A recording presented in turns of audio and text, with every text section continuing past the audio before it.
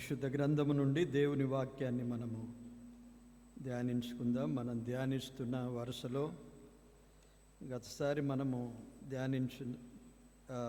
ధ్యానమునకై చదివిన వాక్య భాగము, అదే వాక్య భాగములో నుండి మరికొన్ని విషయాలు మనము ప్రభు ఆత్మ సహాయము చేసిన కొలది మనము ధ్యానించుకుందాం.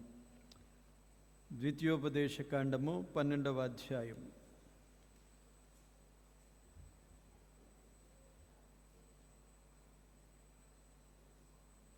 నాలుగు వచనాలు మనం చదువుకున్నాం. ఇందులో ఒక 2 వచనాలు మనము గతసారి ధ్యానించాం. ఈరోజు ఒక 2 వచనాలు చదువుతాను. మనకు సమయం ఉన్న సమయంలో ఈ వచనాలను మనము ధ్యానించుకుందాం. 19వ వచనము తర్వాత 26వ వచనాన్ని చదువుతాను. నీవు నీ దేశములో ఉన్న నీ దినములన్నిటను లేవీయులను విడవకూడదు సుమి. 26వ వచనాన్ని చదువుతాను. నీకు నియమింపబడిన ప్రతిష్ఠితములను మ్రొక్కుబళ్లను మాత్రము యెహోవా ఏర్పరచుకొను స్థలమునకు నీవు తీసుకొని పోవలెను. దేవుడి మాటలు దీవించునుగాక. ఆమేన్. ప్రార్థన చేస్తాను. ప్రేమగల తండ్రి, కృపగల దేవా, స్తోత్రములు, వందనాలు చెల్లిస్తున్నాం. మీ కృపాసనం యొద్దకు చేరి వచ్చాము ప్రభువా. కనికరమును కృపను సమయోచితమైన సహాయము నిమ్మని ప్రార్థిస్తున్నాం. ప్రతి సమయం మీ సన్నిధి చేరి వచ్చే ఈ ధన్యత మా ప్రభు అయిన యేసుక్రీస్తు ద్వారా మీరు అనుగ్రహించినందుకు స్తుతిస్తున్నాం. ఈ సమయంలో మేము మీ మాటలు వినాలని ఇంకా మీ సన్నిధిలో నిలిచి ఉన్నాం. ఈ వాక్య భాగాన్ని మీరు మాకు వినిపించినందుకు స్తోత్రాలు చెల్లిస్తున్నాం. ధ్యానించడానికి సహాయము చేయండి. గతసారి మేము ధ్యానించిన వరుసలోనే మరికొన్ని విషయాలు మేము ధ్యానించడానికి మీ కృపను మాకు అనుగ్రహించండి. నిలిచిన నన్ను మీరు బలపరచండి. మీ నోటికి బూరగా వాడుకొనండి. శ్రద్ధగా మేమందరము విని గ్రహించినట్లు మీ కృప మాకు తోడుగా ఉంచండి. మహిమ, ఘనత, ప్రభావములు మీకే చెల్లిస్తూ యేసుక్రీస్తు నామమున కృతజ్ఞతతో ప్రార్థించి వేడుకుంటున్నాము తండ్రి. ఆమేన్. ప్రియులారా, మనము ఈ వాక్య భాగాన్ని ధ్యానిస్తూ ఉండగా ఇశ్రాయేలు ప్రజలు మోయాబు మైదానములో ఉంటున్న ఆ దినాలలో మోషే వారికి ఈ ద్వితీయోపదేశ కాండములో ఉన్న ఉపదేశాన్ని వారికి వినిపిస్తున్నాడు.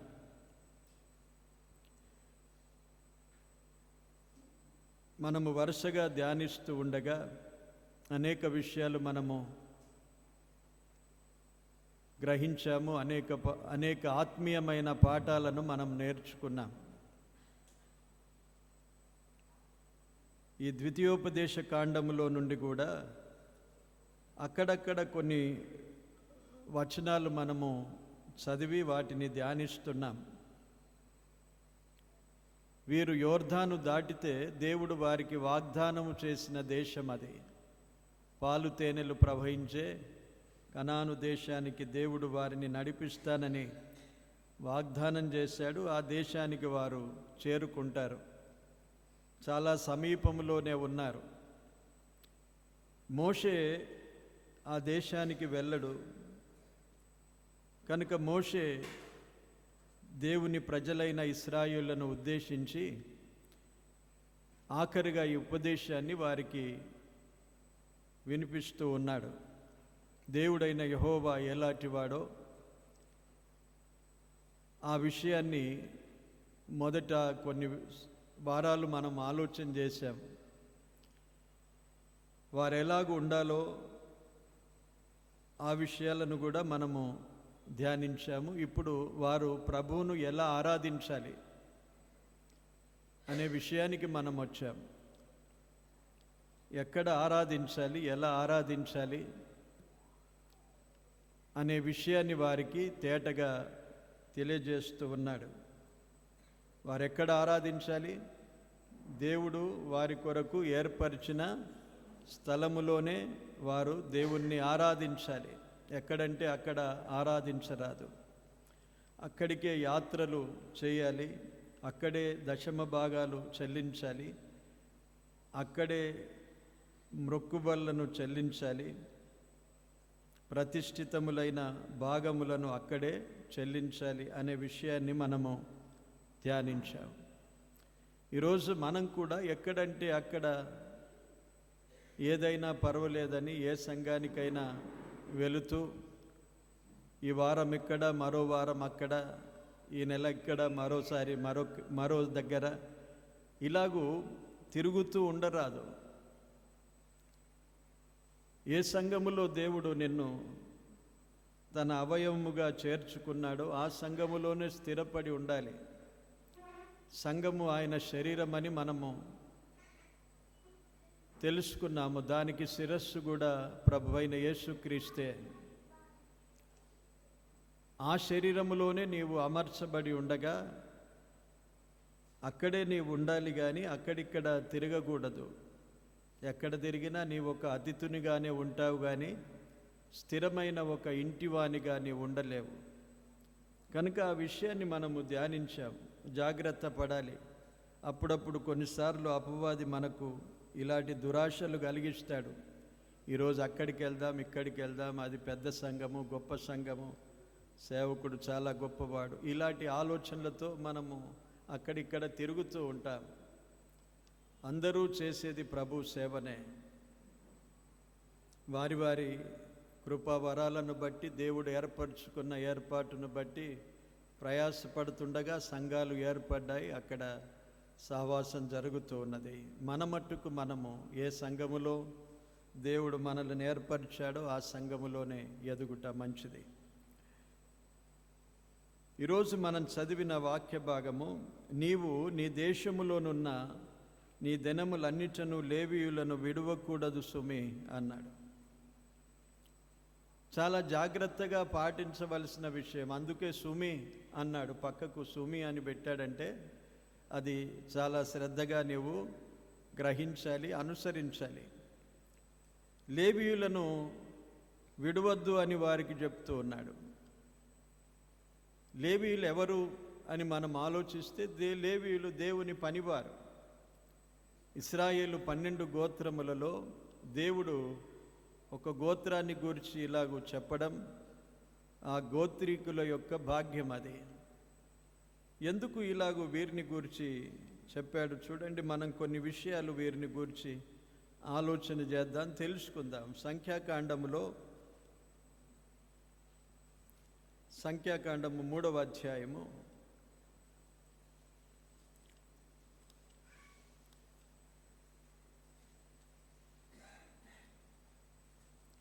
సంఖ్యాకాండము 1వ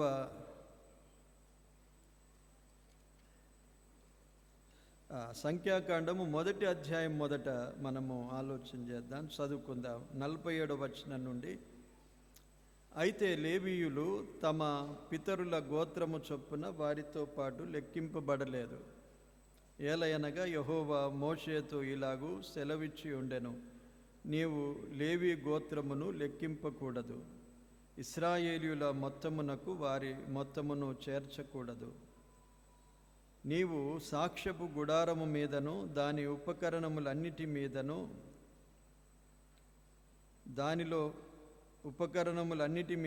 దానిలో చేరిన వాటన్నిటి మీదను లేవీయులను నియమింపుము. వారే మందిరమును దాని ఉపకరణములన్నిటినీ మోయవలెను. వారు మందిరపు సేవ చేయుచు దాని చుట్టూ దిగవలసిన వారై ఉన్నారు. లేవీయులకు ఒక ప్రత్యేకమైన ఆధిక్యత దేవుడిచ్చాడు.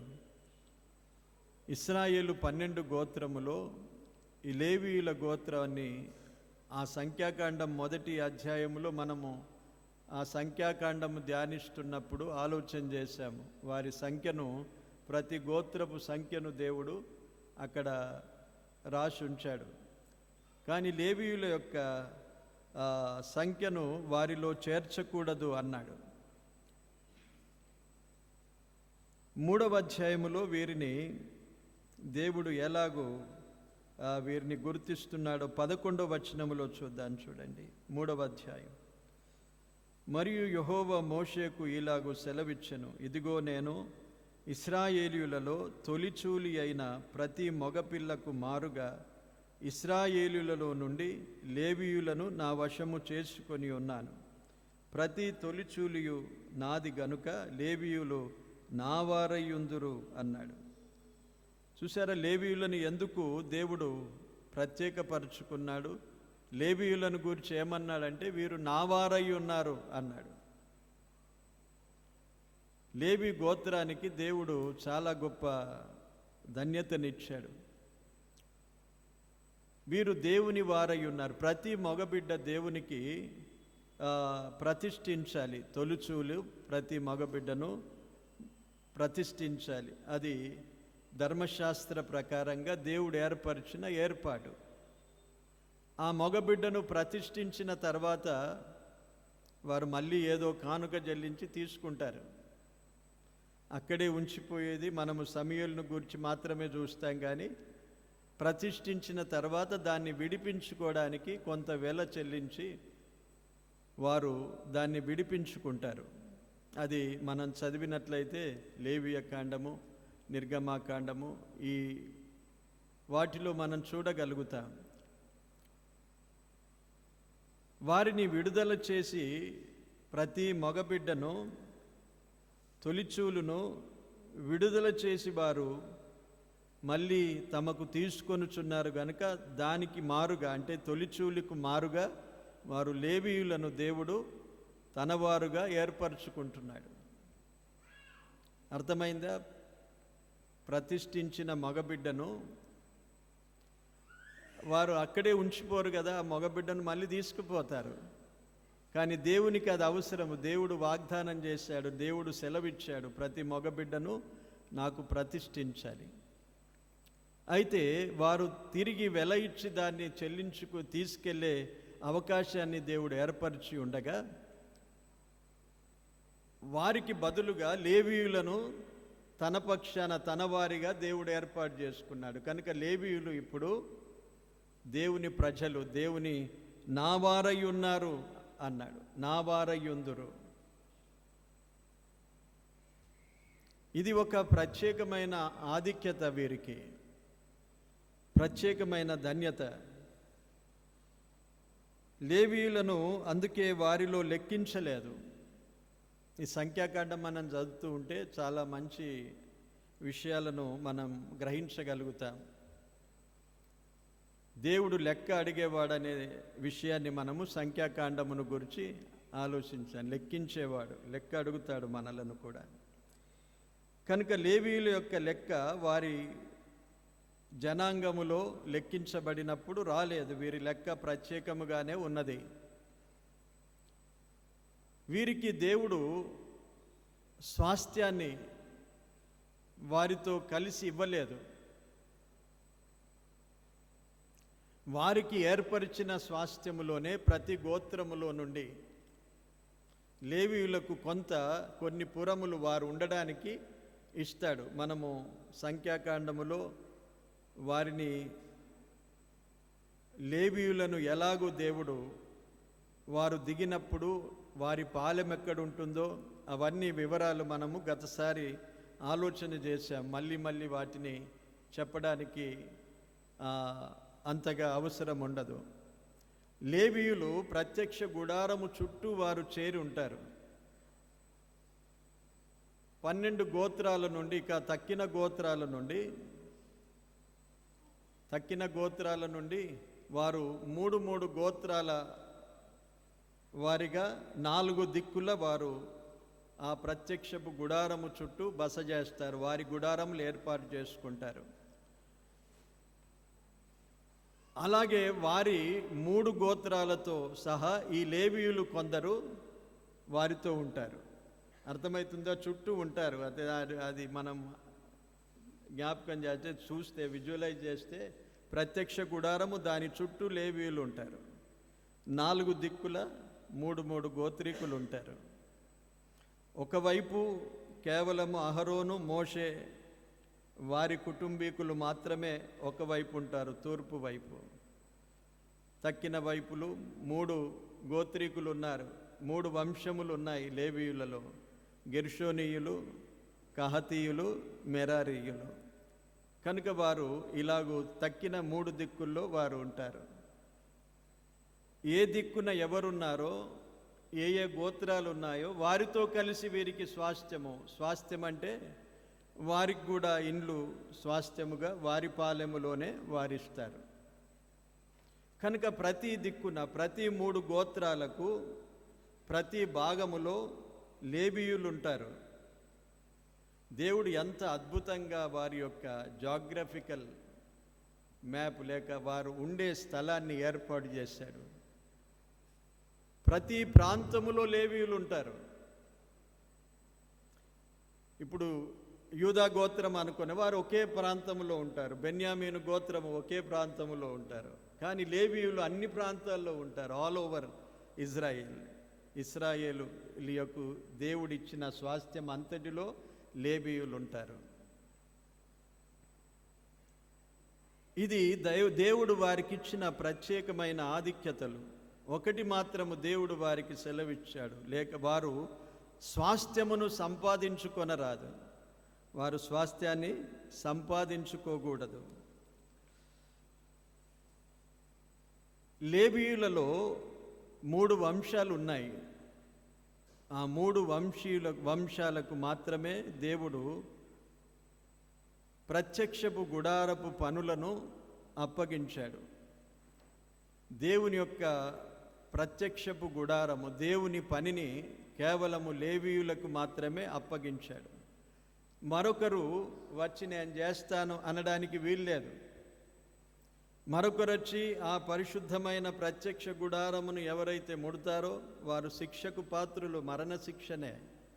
చాలా భయంకరమైన ఏర్పాటు దేవుడు వారి మధ్య ఉంచాడు. లేవీయులకు కూడా, మెరారీయులకు, కహతీయులకు, గెర్షోనీయులకు వేరువేరు పనులు వారికి అప్పగించాడు. అందులో కహతీయులకు ప్రత్యక్షపు గుడారం యొక్క పరిశుద్ధ స్థలము యొక్క పనిని వారికి అప్పగించాడు. వారి వంశములో నుండే అహరోను, మోషే వీరున్నారు. ఎందుకంటే అహరోను పరిశుద్ధ స్థలములో ప్రధాన యాజకుడుగా ఉంటాడు. అదే వంశములో నుండి పరిశుద్ధ స్థలములో యాజకులుగా పనిచేస్తారు. ఇవన్నీ అర్థమవుతున్నాయి. నేను చాలా సింపుల్గా చెప్తున్నాను, ఇక చూపిస్తూ చెప్తే ఇంకా పూర్తిగా అర్థం కాదు మీకు. కానీ ఇవన్నీ పరిశుద్ధ గ్రంథములో ఉన్నవి. ఇలాగూ లేవీయులకు దేవుడు తన పనిని అప్పగించాడు. దేవుని పని చేసేవారు లేవీయులు. లేవీయులు ఎవరు? దేవుని పని చేసేవారు.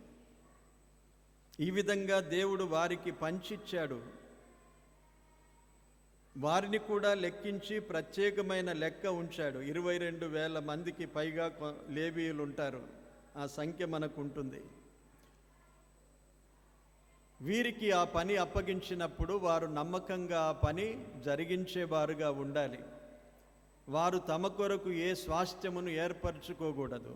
అయితే వారి పోషణ ఎలాగంటే, దేవుని సన్నిధికి తీసుకొచ్చిన దశమ భాగాలన్నీ వారికి అప్పగించడం. ఆ దశమ భాగాలన్నీ లేవీయులు, యాజకులకు చెందుతాయి, లేవీయులకు చెందుతాయి. దేవుని సన్నిధిలో పనిచేసే వారికి అదే జీతము. కనుక ఈ విధంగా లేవీయులకు దేవుడు ఏర్పరిచిన ఏర్పాటు, వారిని ప్రత్యేకపరిచాడు. దేవుని సన్నిధిలో వారు పని చేయాలంటే వారికి ప్రత్యేకత ఉండాలి. ఆ 12 గోత్రాల నుండి ప్రత్యేకపరుచుకున్నాడు. దేవుని సన్నిధిలో వారు పనిచేయాలంటే వారు ప్రత్యేకపరచుకోవాలి, ప్రత్యేకత ఉండాలి. మోషే అహరోనులు వారిని అభిషేకం చేస్తారు, వారికి పరిశుద్ధపరుస్తారు, వారిని యాజకులను, లేవీయులను, దేవుని పనిలో ఉన్న వారిని. కనుక దేవుని పని చేసేవారు సామాన్య ఇతర గోత్రికులు ఒకే రకంగా ఉండరాదు. వారు ప్రత్యేకమైన వారు, ప్రత్యేకించబడిన వారు. ఈ రోజుల్లో కూడా దేవుని పని చేసేవారికి దేవుడు ప్రత్యేకతనిచ్చాడు. వారి జీవితం చాలా ప్రత్యేకంగా ఉండాలి, మాదిరికరమైన జీవితం ఉండాలి. దేవుని ఆత్మచేత అభిషేకము పొందిన వారి వలె కనిపించాలి. వారి ప్రవర్తన, వారి మాటలు, వారి విధానాలు, వారి ఆలోచనలు ఇవన్నీ ప్రత్యేకంగా ఉండాలండి. దేవుని పనివారికి ఉన్న విలువ అదే. అది లేకుండా మనము అందరి వలె నేనుంటాను అంటే, మనలో ఒకవేళ ప్రత్యేకత కనిపించకపోతే, మనలో ఒకవేళ మాదిరికరమైన నడవడి జీవితము కనిపించకపోతే, దేవుని పనిలో అంతగా ఉపయోగపడం మనం. కనుక దేవుని పనివారు ఒక ప్రత్యేకమైన ఐడెంటిటీ వారికి ఉంటుంది. మనము బ్రదర్ అండ్ సంఘాలలో అభిషేకాన్ని మనము నమ్మము, అంటే అభిషేకాన్ని ఒప్పుకోము. ఒకేసారి దేవుడు అభిషేకించాడు గనుక మనం అభిషేకించబడిన వారం అంటాం. ఇతర సంఘాల్లో అభిషేకాలు ఉన్నాయి, అందుకే ఒక ప్రత్యేకమైన ఐడెంటిటీ వారు కనబడడానికి చూపిస్తారు. వారు ప్రత్యేకమైన డ్రెస్ కోడ్ వేసుకుంటారు, ప్రత్యేకమైన స్థానాన్ని ఏర్పరచుకుంటారు. అది కనపరచడానికి మాత్రము కాకుండా ఇలాంటి ఆచార ప్రకారంగా కనపరుచుకునే విషయాలు గాక, నిజముగా ఆంతర్యములో మన ప్రత్యేకత మన జీవితములో కనిపించాలి. అనుకో, ఒక గౌన్ వేసుకున్నాను, నేను బోధిస్తూ ఉన్నాను, కానీ నా జీవితం మాదిరికరంగా లేకపోతే వ్యర్థమే. ఇది కేవలము ఒక ప్రత్యేకత కనపడడానికి మాత్రమే గాక, దేవుని సన్నిధిలో దేవుని చేత అభిషేకము పొందిన వారి వలె, ప్రత్యేకించబడిన వారి వలె మనము కనబడుతూ ఉండాలి. ఇశ్రాయేలు ప్రజలలో, లేవీయులలో యాజకులు ఆ విధంగానే ప్రత్యేకపరచబడిన వారు. పరిశుద్ధ గ్రంథములో మనం చూసినట్లయితే నేటి దినాల్లో ప్రభు పనిచేసే వారిని మనం గౌరవిస్తూ ఉండాలి. ఇప్పుడు యాజకులు లేరు మనకు, అంటే యాజకులు అని పిలువబడేవారు లేరు, ప్రధాన యాజకుడు అని పిలువబడిన వారు లేరు. కానీ దేవుని పనిలో ఉన్నవారు ఉన్నారు. ఇప్పుడు దేవుని పనిలో ఉన్న వారిని ఎఫెసీయులకు రాసిన పత్రికలో సంఘ క్షేమాభివృద్ధి కొరకు దేవుడు ఏర్పరచుకున్న వారిని గూర్చి రాశాడు. అక్కడ వారిని ఏమంటున్నాడో చూడండి. ఎఫెసీయులకు రాసిన పత్రిక 4వ అధ్యాయం 13వ వచనాన్ని మనం చూస్తే, పరిశుద్ధులు సంపూర్ణులగునట్లు క్రీస్తు శరీరము క్షేమాభివృద్ధి చెందుటకును పరిచర్య ధర్మము జరుగుటకును ఆయన కొందరిని అపోస్తలులుగాను, కొందరిని ప్రవక్తలను గాను, కొందరిని సువార్తీకులను గాను, కొందరిని కాపరులను గాను, ఉపదేశకులను గాను నియమించెను. ఇప్పుడు దేవుడు తన పని కొరకు నియమించుకున్న వారిలో వీరున్నారు. ఇప్పుడు అంటే అపోస్తలులు, ఈ పత్రిక రాసిన నాటి కాలములో అపోస్తలులు ఉన్నవారు, ప్రవక్తలు ఉన్నారు అప్పటికి. కనుకనే వాటిని గూర్చిన ప్రస్తావన ఇందులో రాశాడు. కానీ ఇదే ఎఫెసీయులకు రాసిన పత్రికలో 2వ అధ్యాయము 20వ వచనములో మనం చూచినట్లయితే, క్రీస్తు యేసే ముఖ్యమైన మూలరాయి అయి ఉండగా అపోస్తలులను ప్రవక్తలను వేసిన పునాది మీద మీరు కట్టబడి ఉన్నారు అన్నాడు. అపోస్తలులను ప్రవక్తలను వేసిన పునాది మీద మీరు కట్టబడి ఉన్నారు అనగా సంఘము కట్టబడినది అపోస్తలులు ప్రవక్తలు వేసిన పునాది మీద. సంఘము కట్టబడిన తర్వాత పునాది వేసిన వారి పని తీరిపోయింది కనుక అపోస్తలులు ఇప్పుడు దేవుని చేత ఏర్పరచబడిన అపోస్తలులు అనబడిన వారు, ప్రవక్తలు అనబడిన వారు లేరు. ఇప్పుడున్న వారంతా కాపరులు, సువార్తీకులు, ఉపదేశకులే. వారినే సేవకులు అంటాం. ప్రత్యేకమైన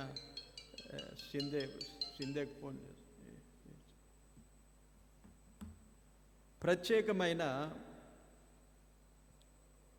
ఈ మూడు మాటలు మనం చూసాం కదా. సువార్తీకులు, ఇక మిగిలిపోయిన వారెవరు? అపోస్తలులు, ప్రవక్తలు, ఆ తర్వాత సువార్తీకులు, కాపరులు, ఉపదేశకులు. ఇప్పుడు సంఘములో పనివారు అనబడిన వారు కాపరులు, అంటే పాస్టర్స్ అంటాం మనం, పెద్దలు అంటారు. వీరికి 2-3 పేర్లు ఉన్నాయి. అధ్యక్షులు అంటారు, కాపరులు అంటారు. కలిసి ఫోన్ చేయి 2 సార్లు. కనుక ఇప్పుడున్న వారిలో అపోస్తలులు అనేది దేవుని చేత ఏర్పరచబడిన అపోస్తలులు లేరు. అపోస్తలుల కాలము ముగించింది. ఇప్పుడు ప్రవక్తలు లేరు. ప్రవచించడానికి అవసరత లేదు. పరిశుద్ధ గ్రంథము సంపూర్ణంగా మనకు అప్పగించబడింది. ఎవరైనా ప్రవక్తలని పేరు పెట్టుకుంటే మనం ఏం చేయలేం. దానికి అపోస్తలులు అని పేరు పెట్టుకున్నా మనమేమి దానికి వేరుగా విరోధంగా చెప్పలేం. వారి సమర్థన వారికి ఉంటుంది. ఎవరైనా నేను పెట్టుకున్నాను అనుకోండి అపోస్తలుడని, నన్ను ఎవరైనా అడిగితే నేను జవాబిచ్చడానికి నాకు ఏదో ఒక కారణం ఉంటుంది. కానీ దేవుని పరిశుద్ధ గ్రంథములో అపోస్తలుల కాలము, అపోస్తలులు అని ప్రభువు వారికి పేరు పెట్టాడు. 11 మంది శిష్యులను పిలిచి సువార్తలను మనం చూస్తే వారికి అపోస్తలులు అని పేరు పెట్టెను అని రాశాడు. ఇప్పుడు ఆ పేరు పెట్టిన వారు సంఘములో కనిపించరు. ఇప్పుడు ఎవరికి ఆ పేరు లేదు. అపోస్తలులు పునాది వేశారు కనుక స్వంతగా అపోస్తలని పెట్టుకున్నప్పుడు మనం ఏదో గొప్పగా చాలా గొప్పవారై ఉంటారు అనుకోవడానికి మాత్రమే, కానీ దేవుని వాక్యానుసారముగా అది లేదన్నట్లుగా మనము గ్రహించాలి. ఇప్పుడున్నదంతా కాపరులు కనుక కొందరు పాస్టర్స్ అని పెట్టుకుంటారు. పాస్టర్స్ అని పెట్టుకోవడంలో తప్పు పట్టడానికి ఏమీ లేదండి. పాస్టర్స్ అని ఉన్నది పరిశుద్ధ గ్రంథములో. కానీ ఒక్క పాస్టర్ కాదు, కాపరి అని ఒక్కడు కాపరులు అన్నాడు. పెద్దలు, అధ్యక్షులు సంఘములో ఉన్న ఏర్పాటిది. ఇప్పుడు దేవుని పనిలో ఉన్నవారు, మనం ఏం మాట్లాడుకుంటున్నామో దేవుని పనిలో ఉన్నవారు ఉపదేశకులుగా ఉంటారు. కొందరు ప్రభువును సేవించేవారు, సంపూర్ణంగా తమ సమయాన్ని, తమ జీవితాన్ని ప్రభువుకు సమర్పించుకొని ఫుల్ టైం సేవలో ఉన్నవారు ఉంటారు. సంఘ పెద్దలుగా ఉంటారు. పేతురు రాసిన పత్రికలో పెద్దను అన్నాడు, పెద్దలు అన్నాడు. అక్కడ పై విచారణకర్తలు అన్నాడు. పెద్దల యొక్క పనిని చూపించేది పై విచారణకర్త. కాపరులు సంఘాన్ని కాపాడుటకు వారు ప్రయాసపడాలి. ఇలాగూ వారి యొక్క బాధ్యతలను చూపించే మాటలతో వారిని సంబోధిస్తూ ఉన్నారు. కానీ కాపరులన్నా, అధ్యక్షులన్నా, పెద్దలు అన్నా ఒక్కరే. కనుక ఇప్పుడు ఈ పనివారిని మనము మర్చిపోవద్దు. మనమే దేనికి వస్తున్నాం? లేవీయులను మర్చిపోవద్దు అన్నాడు కదా. వారిని మర్చిపోకుండా ఇశ్రాయేలు ప్రజలకు మోషే వారికి ఆజ్ఞాపిస్తున్నాడు. దేవుడు మోషే ద్వారా వారికి ఆజ్ఞాపిస్తున్నాడు. ఈరోజు మనము పనివారిని ఎప్పుడు మర్చిపోవద్దు. హెబ్రీయులకు రాసిన పత్రికలో చూడండి, హెబ్రీయులకు రాసిన పత్రిక 13వ అధ్యాయం 7వ వచనం చదువుకుందాం. మీకు దేవుని వాక్యము బోధించి మీపైని నాయకులుగా ఉన్న వారిని జ్ఞాపకము చేసుకొని వారి ప్రవర్తన ఫలమును శ్రద్ధగా తలంచుకొనుచు వారి విశ్వాసమును అనుసరించుడి అన్నాడు. ఏం చేయాలి? జ్ఞాపకం చేసుకోవాలి వారిని. ఒకవేళ మన మధ్య లేకపోయినా, మనతో లేకపోయినా, మనతో ఉన్న వారిని జ్ఞాపకం చేసుకోమని చెబుతూ ఉన్నాడు. వారి ప్రవర్తన ఫలమును శ్రద్ధగా తలంచుకొనుచు వారి విశ్వాసమును అనుసరించుడి. ఎంత మట్టుకు మనము ఈ విధంగా ఆలోచన చేస్తాం చెప్పండి? చాలామంది దేవుని పని వారిని చులకనగా చూసే విశ్వాసులు ఉంటారు. మానుకోవాలి మనం. ఒకవేళ ఇంతవరకు మనకు అంత అవగాహన లేక ఏదో కామెంట్ చేస్తూ వారిని వీరిని మనం దేవుని పని వారిని విమర్శిస్తూ ఉన్నట్లయితే మానుకోవాలి. అది దేవుని దృష్టిలో సరికాదు. అది మనం ఏదో అంటూ ఉంటాం కాలక్షేపానికి, 10 మంది కూడిన దగ్గర నా మాట కొంత అన్నట్లుగా మాట్లాడుతూ వారిని వీరిని విమర్శించడానికి ప్రయత్నిస్తాం. కానీ విమర్శ మన పని కాదు. దేవుడు పరీక్షించే సమయం ఉన్నది. దేవుడే విమర్శిస్తాడు, దేవుడే తీర్పు తీరుస్తాడు. ప్రతివాని పనిని దేవుడు పరీక్షిస్తాడు. కొరింథీయులకు రాసిన పత్రిక, మొదటి పత్రిక 3వ అధ్యాయములో ఉన్నది. ప్రతివాని పనిని పరీక్షిస్తాడు, అగ్నిచేత పరీక్షిస్తాడు.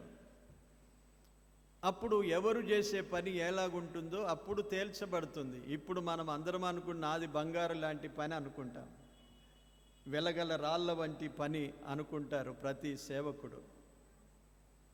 ఎవరి మట్టుకు వారికి అది బాగా అనిపిస్తుంది, అందుకే పని చేస్తారు. కానీ ఒకరోజు దేవుడు పరీక్షిస్తాడు. పరీక్షించినప్పుడు నిలిచినదే దేవుని పని. కనుక ఇప్పుడు మనము ఆ విమర్శించే పనిలోనికి వెళ్ళొద్దు. మన మట్టుకు మనము దేవుని పని వారిని గౌరవించేది నేర్చుకోవాలి. మనము ఎవరి చేత దేవుని సన్నిధిలో వాక్యము విని వారి బోధ వలన మన పైన నాయకులుగా ఉండి మనకు బోధించి మనలను ప్రభువులో ఎదిగించి బలపరిచారో వారిని జ్ఞాపకం ఉంచుకోవాలి, జ్ఞాపకం చేసుకోవాలి అన్నాడు. వారి ప్రవర్తన ఫలమును మనం అనుసరించాలి, వారి విశ్వాసమును మనం అనుసరించాలి అని వ్రాయబడింది. అంటే ఇప్పుడు నాయకులకు ఒక భారం ఏంటంటే వారి ప్రవర్తన బాగుండాలి. వారి ప్రవర్తనను వెనుక ఉన్నవారు, వారి ద్వారా దేవుని వాక్యమును విన్నవారు వారి విశ్వాసమును అనుసరించేటంత విశ్వాసములో స్థిరపడి వారి ప్రవర్తన అలాగూ ఉండాలనేది కూడా పనివారికి ఇక్కడ ఆలోచన ఉన్నది. కనుక మన మట్టుకు మనమైతే వారిని జ్ఞాపకం చేసుకోవాలి, వారి ప్రవర్తన ఫలాన్ని అనుసరించాలి, వారి విశ్వాసమును అనుసరించాలి అనే విషయాన్ని మనం చూస్తున్నాం. మరవకూడదు. ఇదే అధ్యాయములో మరొక వచనాన్ని కూడా రాశాడు చూడండి. మీపైని నాయకులుగా ఉన్నవారు, 17వ వచనం, లెక్క ఒప్పచెప్పవలసిన వారి వలె మీ ఆత్మలను కాయుచున్నారు. వారు దుఃఖముతో ఆ పని చేసిన ఎడల మీకు నిష్ప్రయోజనము గనుక దుఃఖముతో గాక ఆనందముతో చేయునట్లు వారి మాట విని వారికి లోబడి ఉండుడి. ఇది మీ పైన నాయకులుగా ఉన్న వారిని గూర్చి దేవుడు చెప్తున్నాడు. మనల్ని నడిపించే నాయకులు ఎవరు? ఇంతవరకు ఎఫెసీ పత్రిక చూసినాం. కాపరులు ఉన్నారు, సువార్థికులు ఉన్నారు, ఉపదేశకులు ఉన్నారు. దేవుడు ఏర్పరిచిన పనివారు మనకు పైగా నాయకులుగా ఉంటే వారికి లోబడి ఉండాలనేది మనకు చూపిస్తున్నాడు. ఇక్కడ మన ఇష్టము కాదు. సంఘములో ప్రతి ఒక్కరికి తమ తమ అభిప్రాయాలు ఉంటాయి, తమ తమ ఇష్టాలు ఉంటాయి, తమ తమకు అయిష్టాలు ఉంటాయి. వాటన్నిటిని బట్టి కాదు, కానీ మీ పైన నాయకులుగా ఉన్న వారికి లోబడి ఉండాలి. వారు ఏం చేసేవారు? వారు లెక్క అప్పజెప్తారు మీ లెక్కను. వారు మీ ఆత్మలను కాయుచున్నారు అన్నాడు. సరే, నాయకుల యొక్క బాధ్యత కూడా చాలా గొప్పగా ఉన్నది ఇందులో. సామాన్య విశ్వాసులకు ఒకే ఒక మాట ఏంటంటే లోబడి ఉండాలి అన్నాడు. అంతేగాని నాయకులకు ఉన్న బాధ్యత ఏంటంటే వారి లెక్క ఒప్పజెప్పాలి అన్నాడు. దేవుడు అడుగుతాడు. ఈరోజు సంఘములో ఇంతమంది ఉన్నారు అనుకోనండి. ఒకరోజు క్రీస్తు న్యాయపీఠం ఎదుట నిలవవలసిన సమయం. ఆ రోజు లెక్క అడుగుతాడు. అప్పుడు లెక్క ఒప్పచెప్పవలసిన బాధ్యత పైన నాయకులదే. ఆత్మలను కాయుచున్నవారుగా ఉండాలి, కాపాడుతుండాలి ఆత్మలను. ఎక్కడో చెదిరిపోతూ విడిపోతూ ఉంటే వారిని గురించి పట్టించుకోకుండా ఉండే పని కాదు నాయకులది.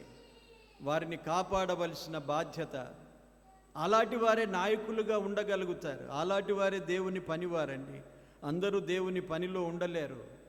ఇక నిలిచి వాక్యం చెప్పినంత మట్టుకు దేవుని పనివారని కాదు.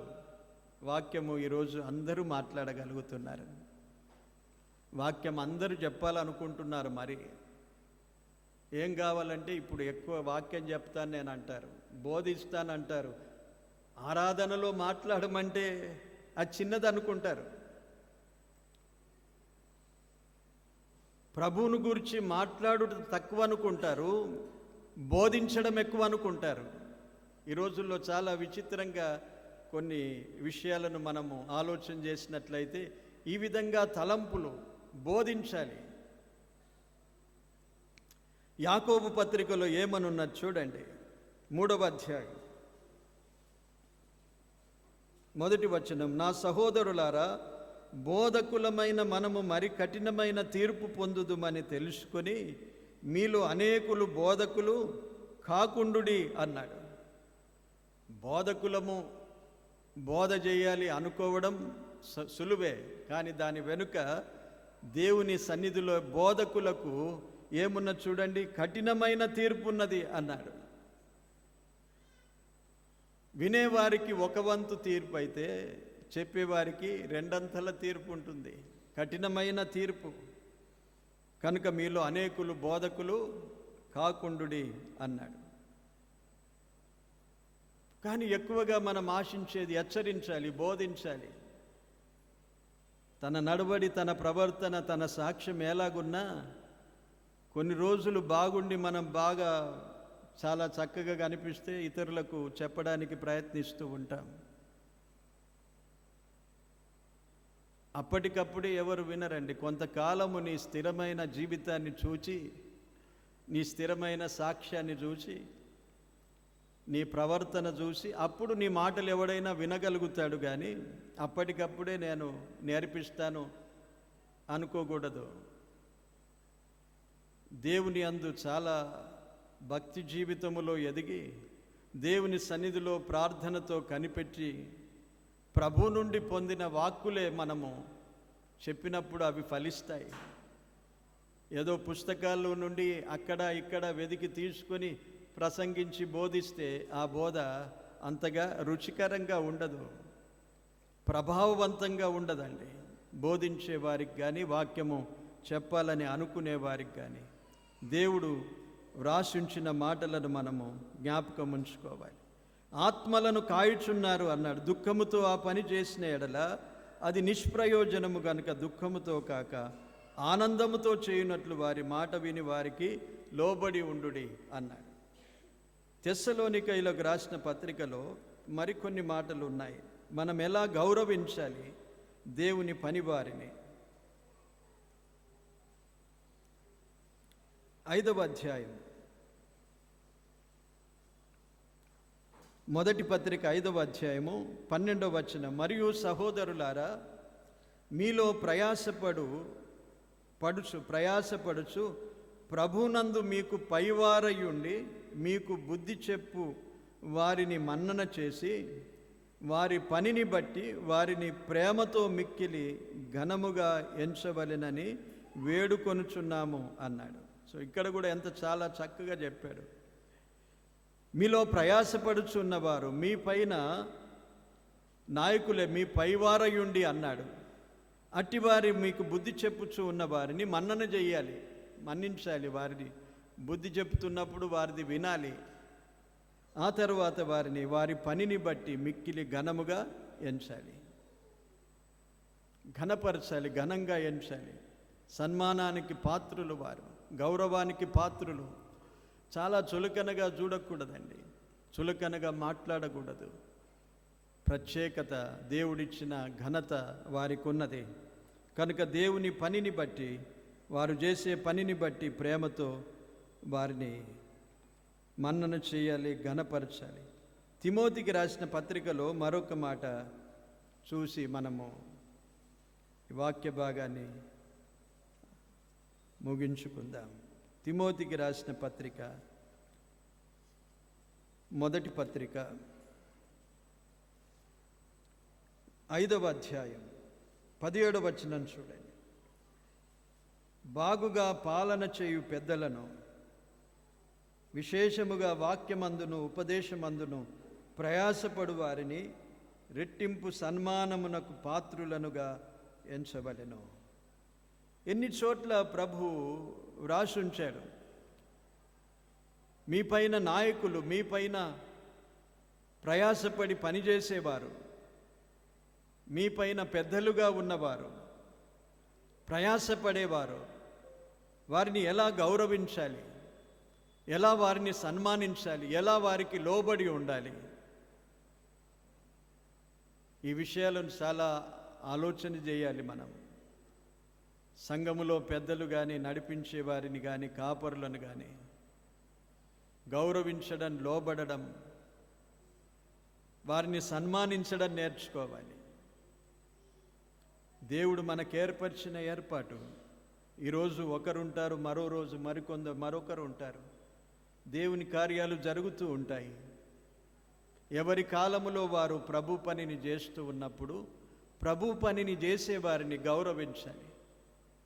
లేవీయులను మర్చిపోవద్దు అన్నాడు. ప్రభు పని చేసేవారిని ఎప్పుడూ మర్చిపోవద్దు. మన మధ్యలో కూడా చాలామంది ప్రభు పని చేసిన వారు ఉన్నారు, పెద్దలు ఉన్నారు, ప్రభు మహిమలోనికి చేరిపోయారు. చాలామంది సేవకులు ప్రభు పని చేసి మన మధ్య తమ పనిని చేసి వెళ్ళిపోయారు. అట్టి వారందరినీ గౌరవించి సన్మానించేది నేర్చుకోవాలి. లేవీయులను మర్చిపోవద్దు సుమి అన్నాడు. ఎంత మంచి మాట అది. చాలా జాగ్రత్తగా మనము గ్రహించవలసిన మాట. వాటిని గ్రహించాలి. దేవుని వాక్యాన్ని మనం విన్నంత మాత్రం కాదు, విని దానిని మన హృదయములో భద్రపరుచుకొని ఆ క్రమాన్ని మనము పాటించడానికి ప్రయాసపడాలి. దేవుడి మాటలు దీవించును గాక. ఆమేన్. ప్రార్థన చేస్తాను.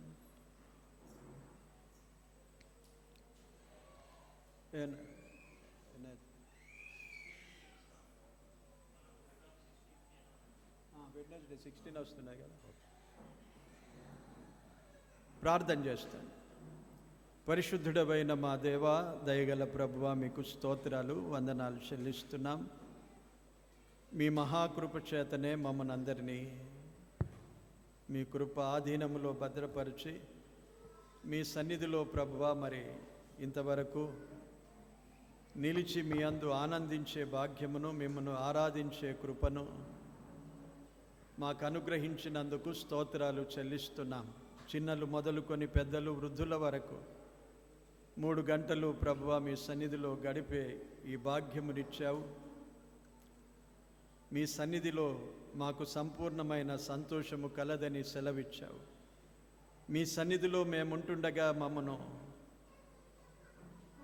మీ రెక్కల ఆశ్రయము కింద భద్రపరుస్తూ ఆశీర్వదించే దేవుడవుగా మా మధ్య మీరున్నారు. స్తోత్రములు చెల్లిస్తున్నాం. ఇంతవరకు ప్రభువా వాక్య ఉపదేశము ద్వారా ద్వితీయోపదేశ కాండములో ఇశ్రాయేలు ప్రజలకు ఉపదేశించిన ఉపదేశములు లేవీయులను మరవకూడదని ఉపదేశించగా, నేడు లేవీయులు పనివారని మేము గుర్తించి పనివారిని ఎలా గౌరవించాలో, ఎలా సన్మానించాలో ఎలా లోబడి ఉండాలో మీ వాక్యము ద్వారా మేము గ్రహించగలిగాము. ప్రభువా స్తోత్రాలు. విన్న వాక్యము మేము మా హృదయాల్లో భద్రపరుచుకొని వాక్య క్రమములో మేము జీవించడానికి మాకు తోడై ఉండండి. చేరి వచ్చిన అందరిని మీరు దీవించి ఆశీర్వదించండి. ప్రభువా తిరిగి వెళ్ళే ప్రయాణాల్లో తోడై ఉండండి. దూర ప్రయాణాలు చేసి వచ్చారు. 2-3 గంటల ప్రయాణం చేస్తే కానీ ఇంటికి చేరరు. అలాంటి ప్రయాణికులందరికీ మీ కాపుదల భద్రతనిచ్చి క్షేమంగా నడిపించండి. దీవెనలతో మమ్మను పంపండి. అందరికీ మంచి ఆరోగ్యాలనిచ్చి కాపాడండి. వారములో జరిగే ప్రతి కార్యక్రమాన్ని దీవించి మీకు మహిమకరంగా జరిగించుమని ఘనత మహిమ ప్రభావములు మీకే చెల్లిస్తూ యేసుక్రీస్తు నామమున కృతజ్ఞతతో ప్రార్థించి వేడుకుంటున్నాము తండ్రి. ఆమెన్. సంగము క్షేమాభివృద్ధి చెందా ప్రతివానికి ఆత్మ పంచి ఇచ్చే సంగము క్షేమాభివృద్ధి చెందా ప్రతివానికి ఆత్మ పంచి ఇచ్చే నీకున్న వరమేదో యోచించుకో నీకున్న వరమేదో యోచించుకో ప్రార్థించి ప్రభు సన్నిధిలో తెలుసుకో ప్రార్థించి ప్రభు సన్నిధిలో తెలుసుకో పరిచర్య పలు విధములు ప్రభువైనట్టి యేసుక్రీస్తొక్కడే వరములు రకరకములు దయచేసేటి పరిశుద్ధాత్మొక్కడే పరిచర్య పలు విధములు. వందనాలు, అందరికీ వందనాలు.